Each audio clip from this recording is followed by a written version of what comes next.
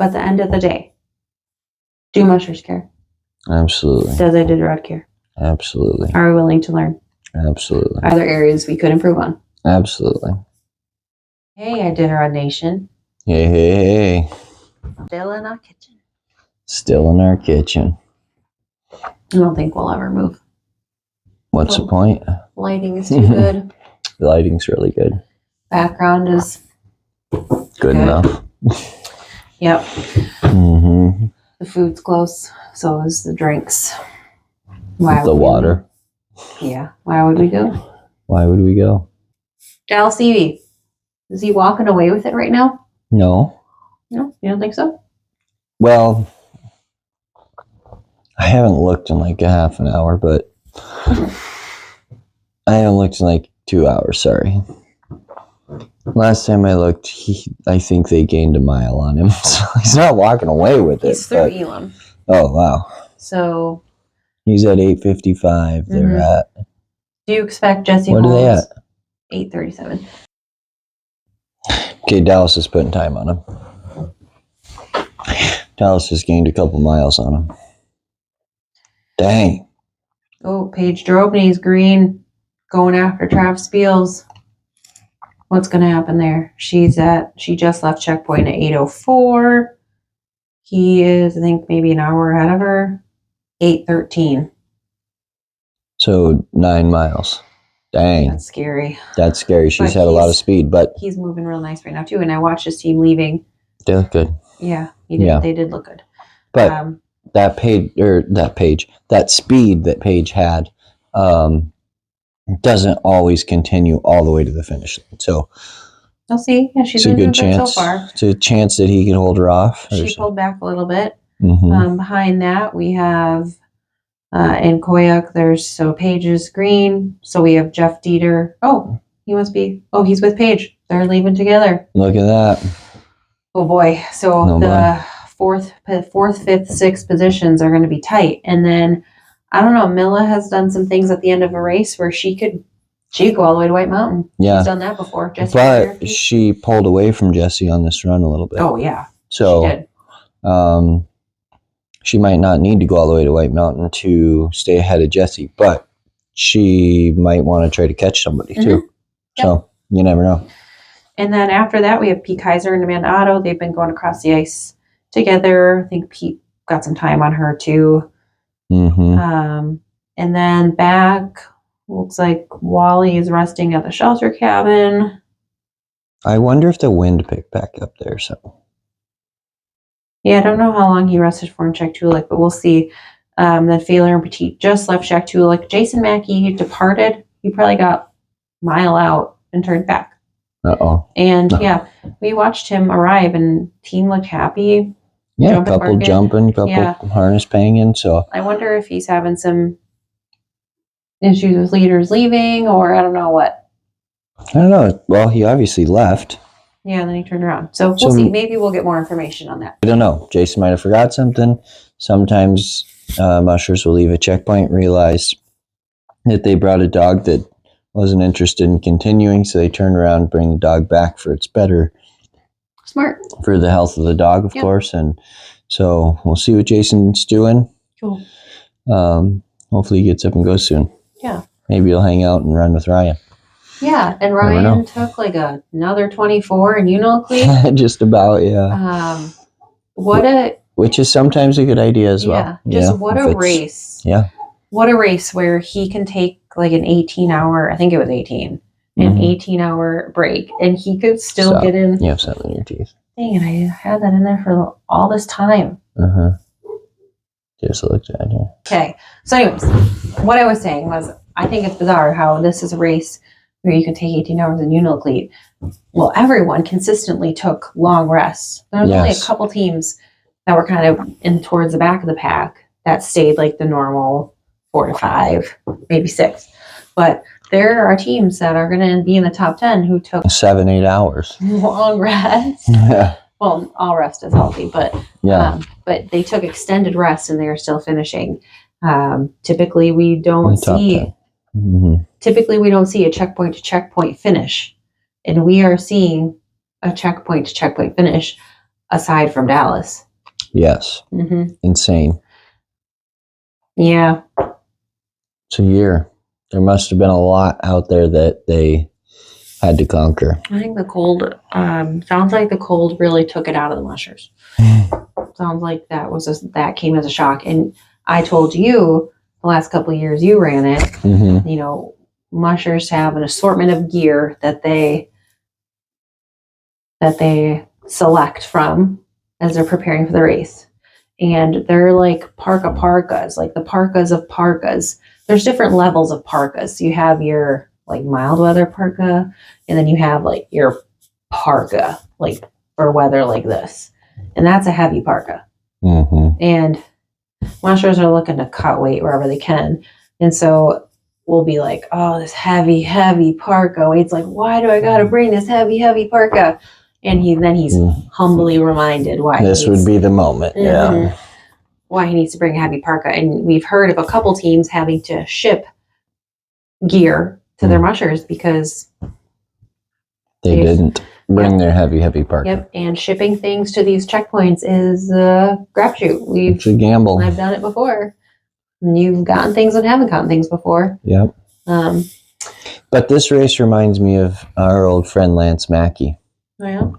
He pulled into Koyak one year and he asked the checkers, how far behind me are they? And they said, they're all stopped resting. And he said, man, these mushers are getting soft. Well, how many years ago was that? That was like somewhere between 09 and, 07 and 2010. That's funny. That sounds like a Lanceism. On his winning year. So yeah, it's interesting to see, and obviously we can't make judgments when we're not out there. No.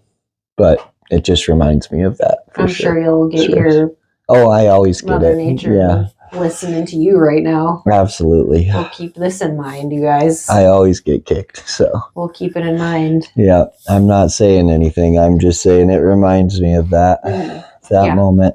But happy to see mushers doing what they need to do, doing what they do for the dogs. Yeah, absolutely. It's good. And we're going to watch maybe LCV get his 6th win.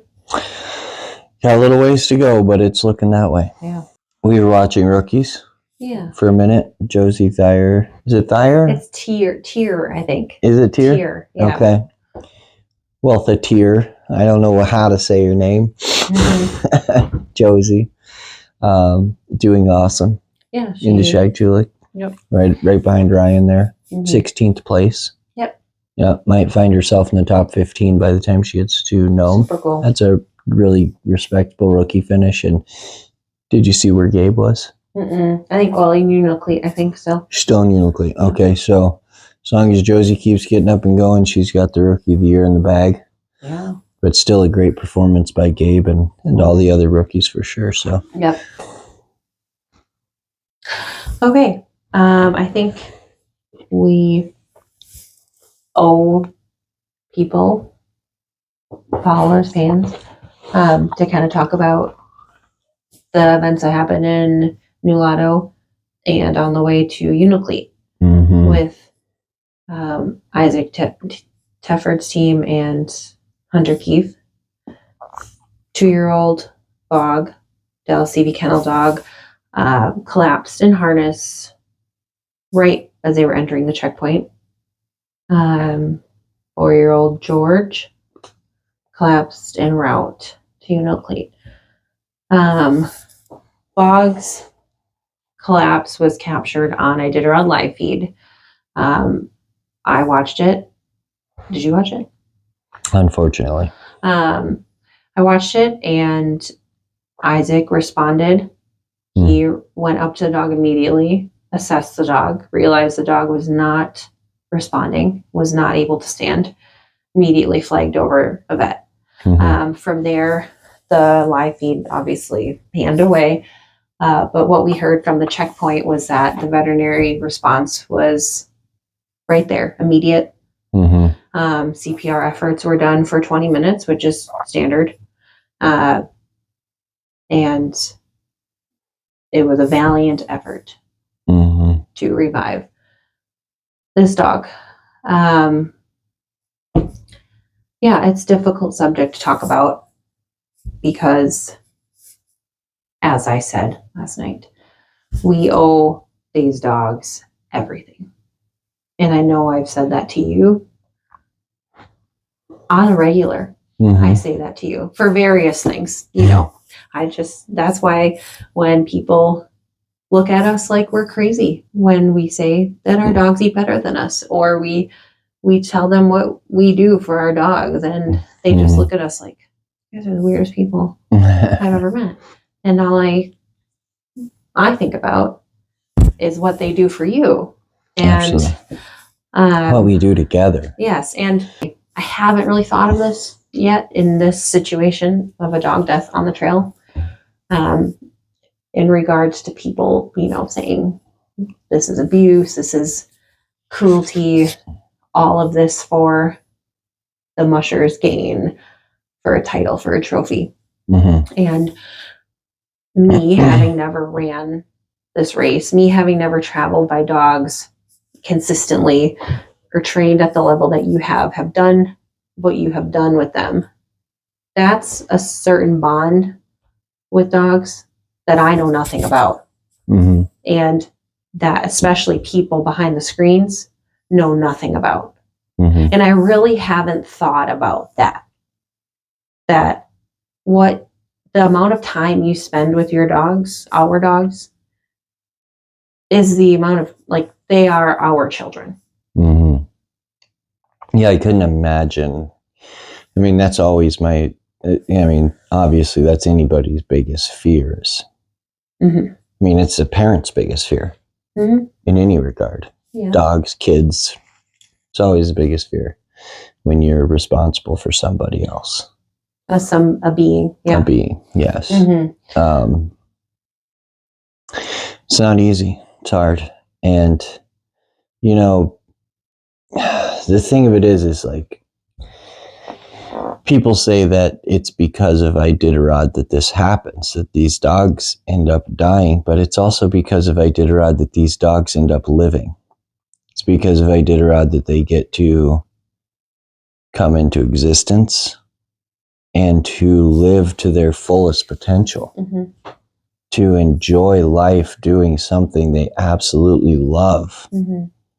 I mean, personally,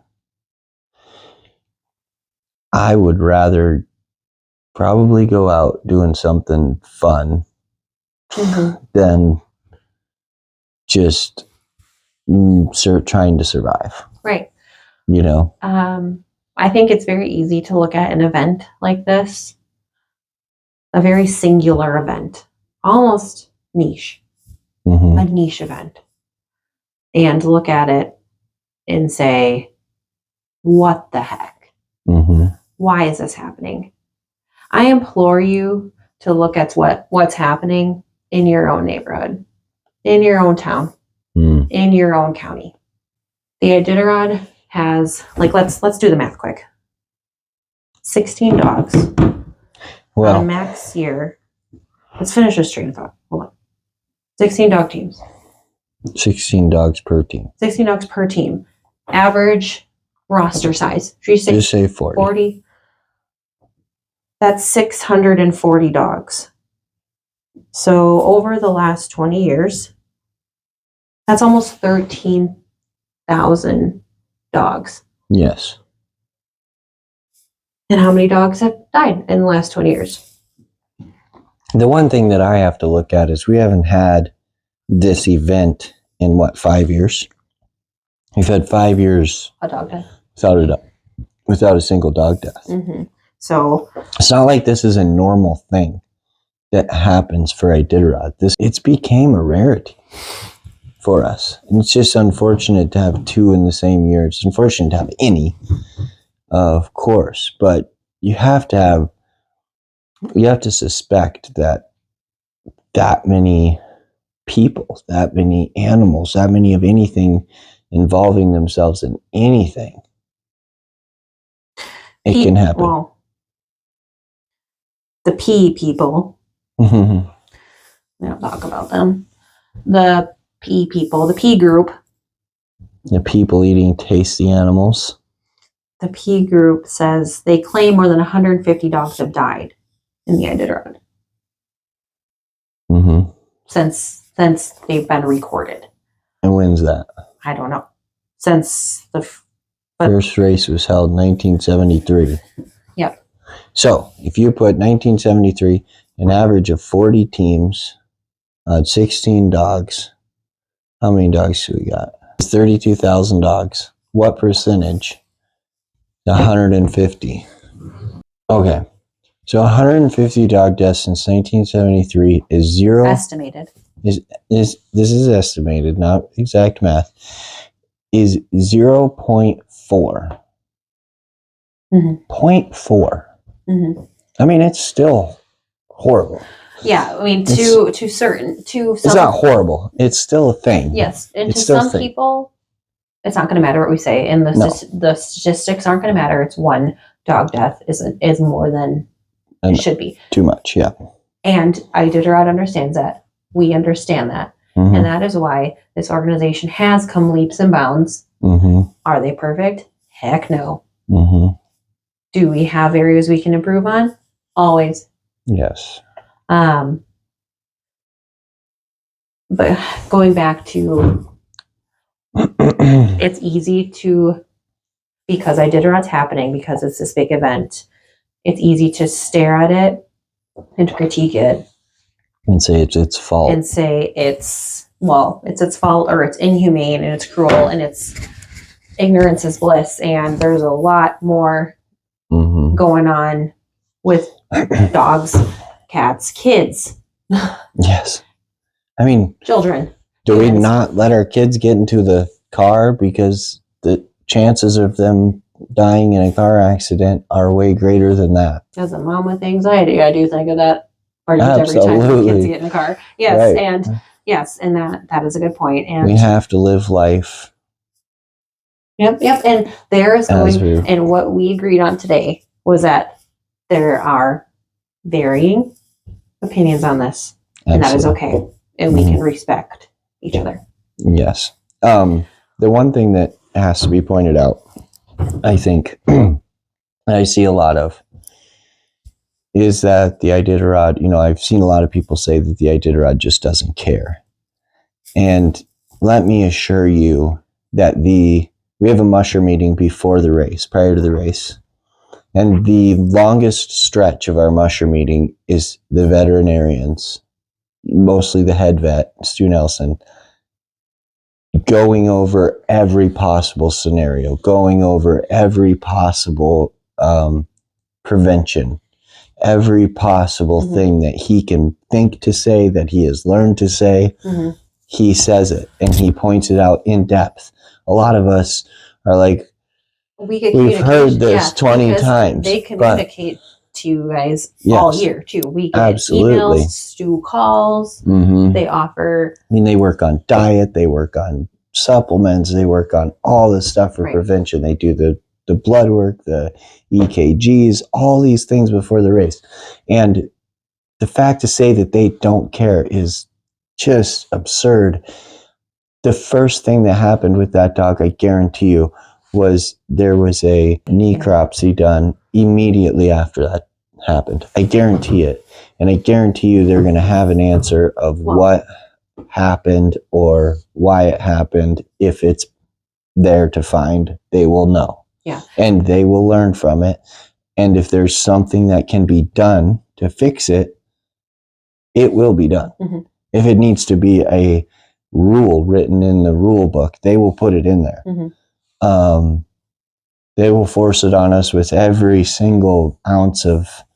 But they won't need to force it because... No, but they'll force it on us as in, like, they will forcibly tell us over and over and over again. Emails, and like we said, an hour-long speech before we start all this stuff. So they do care, and to say that we don't care and to say that the Iditarod doesn't care is just absurd to me. I mean, have there been actions done in the past that probably were not the best? Or decisions made? No.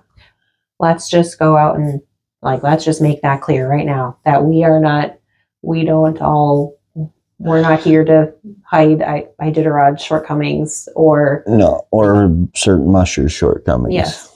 There's always bad apples in every group, and and we all make mistakes. We're human, but at the end of the day, it's like we do everything possible to make sure that everything comes out at its best. And back to what I said earlier, we've had 5 years of clean, healthy races. Our veterinarians are sick of us. Yeah. Because we are always like, what's this? What can we do? What's this? Will you look at this? Tell us about this. What's this? You're going to see a spontaneous cardiac arrest in a dog when you take 32,000 dogs and do anything with them. There's going to be things that happen within that group of 32,000 dogs. Yep. But outside forces do dictate that. Yeah. To a point. Yep. And that's okay too. If the animals are treated humanely, if they're loved, if they're cared for, this was no one's fault. I stand on that. Some of you might not stand on that, and that's okay. And we can still respect each other. I hope so. We will respect you. Yep.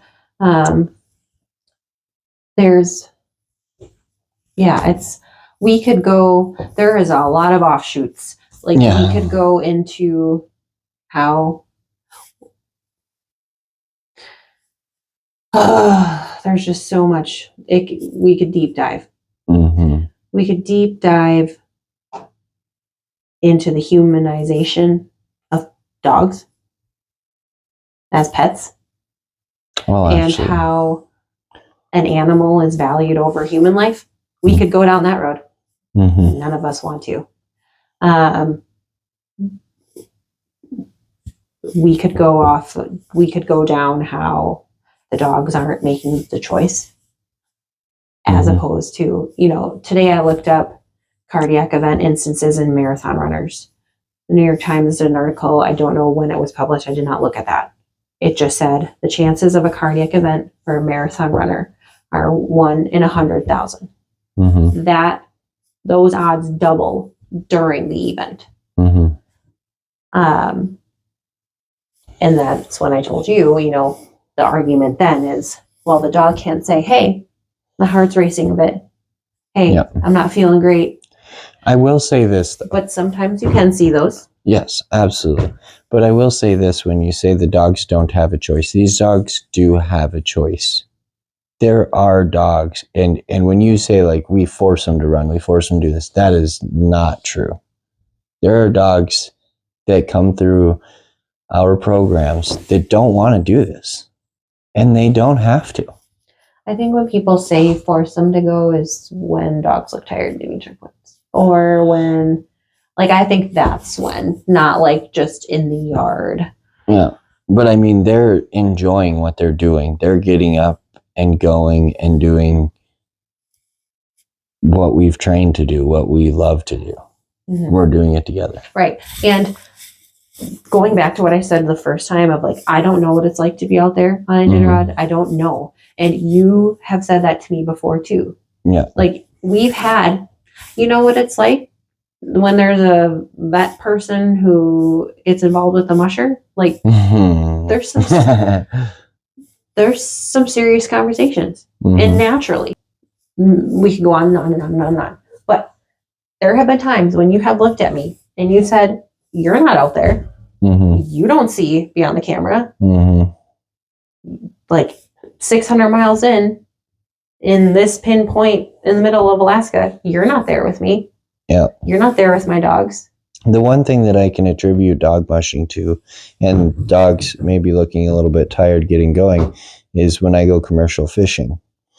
We get very little sleep, and we work very, very hard when we're awake. And waking up and getting going is most of the time like, why? But 10 minutes after you get going, you're like, oh, right, this is awesome. And you're having fun and you're enjoying yourself and you're singing and you're netting fish and screaming. And it's the same when you say, pumped. You're not there, Sophie. You don't hear these dogs barking. Yeah. When we're in the middle of nowhere and your dogs are starting like, yip, yip, yip, yip, like they're happy. They're having fun. They're happy talks. Yep. And some of our dogs have that at different moments, you know, like I can think of Pete Kaiser as a prime example. His dogs have those moments in the checkpoints. They're hyper and energetic and they look amazing. And my dog team usually doesn't have those moments in checkpoints, but while we're moving down the trail a few miles out, once they're warmed up and feeling good, they start barking and yipping and shy. Yeah, that too. Their moment, or different dog teams have their moments at different places throughout the race, different times on the trail, etc. But all of us, and we say we're out. I've seen a lot of people writing, we're out there for the money and for the trophy and for the accolades and all this kind of stuff. Of course, it's my dream to win the Iditarod. Of course, that's my dream, and it's been my dream since I was a child. But I think today, looking back at my record, I could have taken more risks. I could have done some things that probably would have been really stupid to try to achieve my dream. But instead, I read my dog team and mushed them to their ability. Mm-hmm. And it hasn't equated to a win yet. But I'm not willing to put them at jeopardy for a win. Mm-hmm. I want to win, and I want my team to win, but I want them to win when they're ready to win and when I've put them in a position to win happily and strong. Mm-hmm. And I think that there's a lot of mushers out there that can say the same thing. The majority. Yes. Yes. And almost most winners have won because those things have lined up, not because they did something outrageous. I tell you that there are, I want to say millions. I don't know if that's accurate, but there are plenty more dogs suffering inside of people's homes, inside of kennels, day after day, getting obese. Yes. Getting sick, needing daily medication, who will end up dying. And those owners are praised as loving their little fur baby. Mm-hmm. That is abuse. If that was a child, that would be considered abuse. Mm-hmm. Come at me, folks. Like easy now. Like, easy now. And it's I mean, yeah. Triggered because I guess I hate, very strongly dislike. Obviously we feel attacked when people say, "Oh, you abuser, you this, you that." But it's like, go look around. Yeah. Iditarod is not the problem. Yeah, and actually, if you read some of the studies that have come out of Iditarod, nutrition-wise and health-wise, yes, it's been a very productive. Iditarod has helped dogs become more around healthy. The world. Yes, and it's been a very productive source of figuring out how to better dogs' lives and better dog care, nutrition. Yes, I first came up to Iditarod in 2014. I volunteered as a veterinary technician on a whim. I had no idea what it included. I was amazed. I had no idea that they get like a full heart workup, cardiac workup, EKG, blood work. I had no idea. Mm-hmm. And it was amazing to me. And just seeing the amount of hands on the dogs at all times, nothing was really making it past anybody. Nothing. No, I mean, outside of the blood work and EKGs, they have vet checks as well, where the veterinarians all pool together and they go through every dog team and check every square inch of their body to make sure that there's nothing jeopardizing that dog's health or well-being. Or sometimes there is something, and it's noted and marked, and they find it, and they track progress throughout the race. We should have gotten the veterinary notebook. Where the heck is them? We have them laying around everywhere. So the mushers, part of the mandatory gear is the Vetbook. You'll hear it labeled as that. I love the Vetbook. Every time I get to know them, or Wade gets to know them, I'm like, let me see the Vetbook. Let me see the Vetbook. And I like go through it and look at all the dogs and see what the vets have to say. So progress is tracked down the trail. Absolutely. And maybe this is stuff that Iditarod needs to be more transparent about, like the Vetbook. Like we all hear about the Vetbook, but what is the Vetbook? And what in the Vetbook? It has a page for each individual dog, so that any notes for that dog throughout the race can be written in that dog's spot. And at the bottom of that dog spot, it has a body score count to make sure that that dog is maintaining its weight throughout the race. There's also a spot in that book for each checkpoint, so that there can be specialized notes per checkpoint. So when we pull into the next checkpoint, they do the vet check and everything. They write down what they found with the dog. Then they look back and see if it's consistent with what they found at the previous checkpoint. And then they can make sure that everything's copacetic with the dog to move forward. I saw on good. I saw on an anti-dog mushing page, had a picture of a dog at the start line. It had its collar with the number and the letter, and it was like Iditarod dogs, they just know their number. And so what it had the mushers. So Iditarod dogs, they all get a collar, they all get a tag, and it has the musher's bib number and a letter. And so the number signifies the musher bib number, so dogs can be identified that way. Dogs are also identified by microchip, but the letter is to signify each dog on the team. And within the Vetbook, the dogs are identified by letters for ease. That's not because we just think of them as a letter. It's ease of identification. Under the first page, it has all the letters with their names written in front of the letter, so that the veterinarian can say, okay, dog J. And then when they come to talk to us, they look at the front of our Vetbook and say, hey, this is dog J. Jet. Jet has this thing. Squid Acres Kennel. Have you seen their dog names? They're like Sunshine Flower Daisy. And Matt Failer always has those double names. Mushers, bats, they don't have time for that.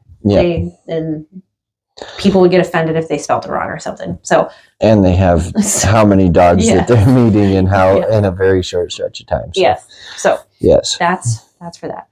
The other thing is, these veterinarians are not, it's not like one vet travels the whole trail watching things. We have multiple vets at every single checkpoint, taking shifts, making sure that they're well rested, making sure that they're being able to be 100% focused on each dog team throughout the entire stretch of the race. I'll post a link to Iditarod's Veterinary Center, and you can go look at that and look at everything that Iditarod has done veterinary care wise. I'll attach that. We won't deep dive.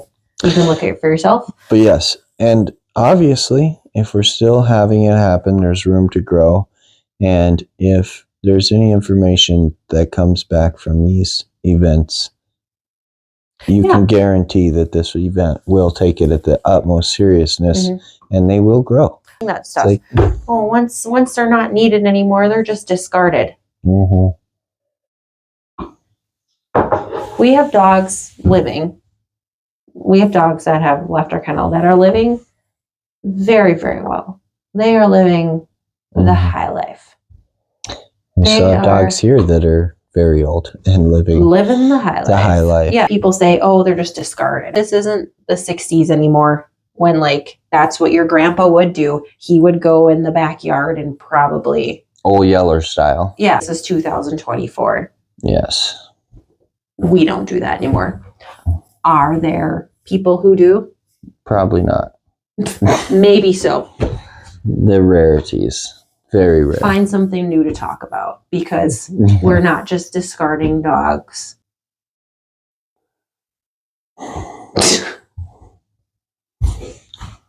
Come at me. I'm ready. Let's do it. Square up, pea people. She's easy to live with, trust me. Trust me when I tell you, she's One of easy us, to live. one of us is confrontational, the other one isn't. Can you guess? Can you guess? Opposites don't attract. Yeah. Square up. Square. I'm ready. Yeah. To hear some things being said and written and stuff when people don't know. They don't know. They don't know the bond that we have. They don't know what the bond that you have. They don't know what we sacrifice for these dogs every single day. Mm-hmm. I'm gutted for Isaac and Hunter, and I think Rule 42, I don't like that. If you have a dog pass that, you're out of the race. Both of these teams. Hunter's team, I mean, Hunter is such a lover to his dogs and such a great caregiver, and the dogs, you know, we looked at them in videos throughout the race. They're probably the heaviest weighted dogs in the race. Like, they're just, I mean, he is taking great care of those dogs, and he loved them with his entire being. Oh yeah, this is going to tear him up, and it's just a sad thing to see. And then, you know, Isaac, same thing. And Isaac comes from Dallas TV. This is a Dallas team. Go look at Dallas's team right now. They look phenomenal. The guy knows what he's doing. He knows how to raise dogs. He knows how to train dogs. This isn't just willy-nilly inexperienced. You know, you ran with Isaac in the Yukon Quest. He ran the 300. Did a great job. Yeah. These are people who know what they're doing. They know what to look for, and they care for these dogs immensely. Immensely. And I've seen people say, like, oh, they need to have more qualified, these mushers need to be better qualified and all this stuff. That's putting fault on the musher for this happening. And if it's their fault, we'll know.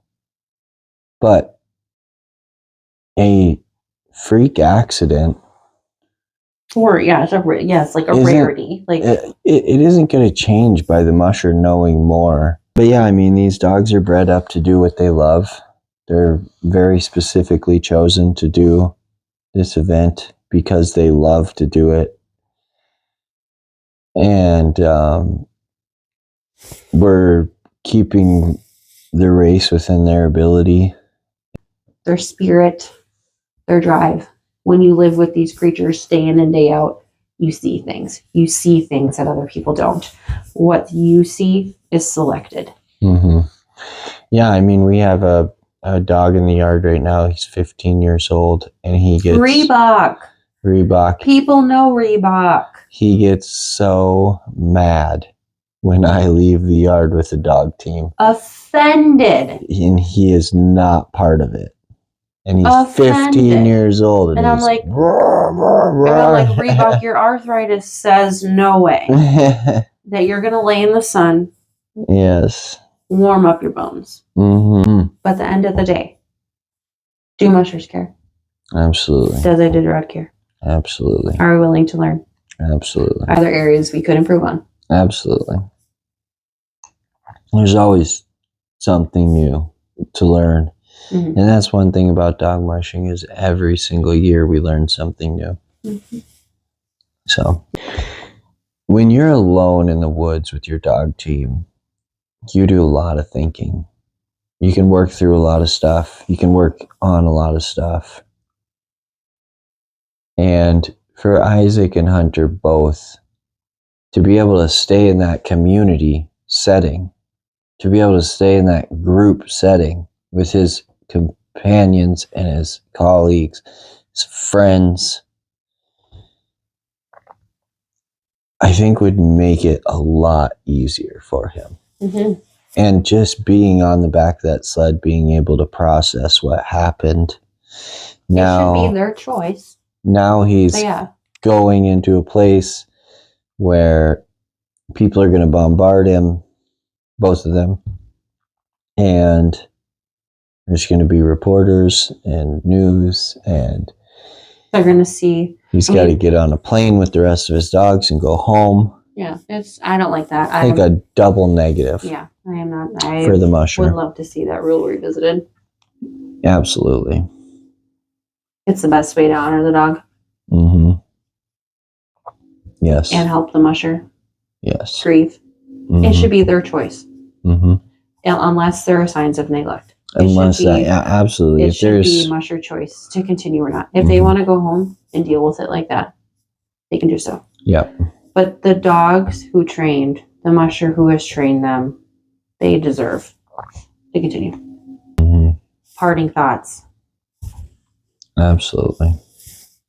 Yeah. I'm sorry this wasn't a fun episode, but we felt... It started off fun. Yeah, we went back and forth. We said, do we talk about it? Do we not talk about it? And we have to talk about it. Yep. I mean, this whole week has pretty much been us having our conversations about Iditarod out loud with you. Mm-hmm. And so this is one that we had. Unfortunately, we're having it. And we're not all going to agree. No. That's okay. Yep. But we can all agree that we do love the dogs. Absolutely. And what that looks like to you, what that looks like to you, and what that looks like to me can be different. Mm-hmm. Yeah, well, I hope you don't give up on us, and I hope you don't give up on the race. Thank you, supporters. And there's been fantastic conversations happening online. Mm-hmm. We were talking about how, where you visit, where you go, what groups you're in, you're going to see kind of different takes, different aspects. Yeah. But the conversations are happening. They're good. They're necessary. Mm-hmm. And another thing is, you haven't seen a lot from Iditarod on this subject. It's a hard subject, but when the necropsies come back, the heat of the race itself, the event calmed down. This is something that will be visited very strongly. Mm-hmm. Absolutely. Yep. So please be patient with them, and just don't give up on the race. And we all love our dogs, and we're all doing the best we can. And if there's something we can do better, we'll absolutely start doing it better. Guaranteed. Yeah. Thanks, man. Yes. Love you guys. Thanks for watching.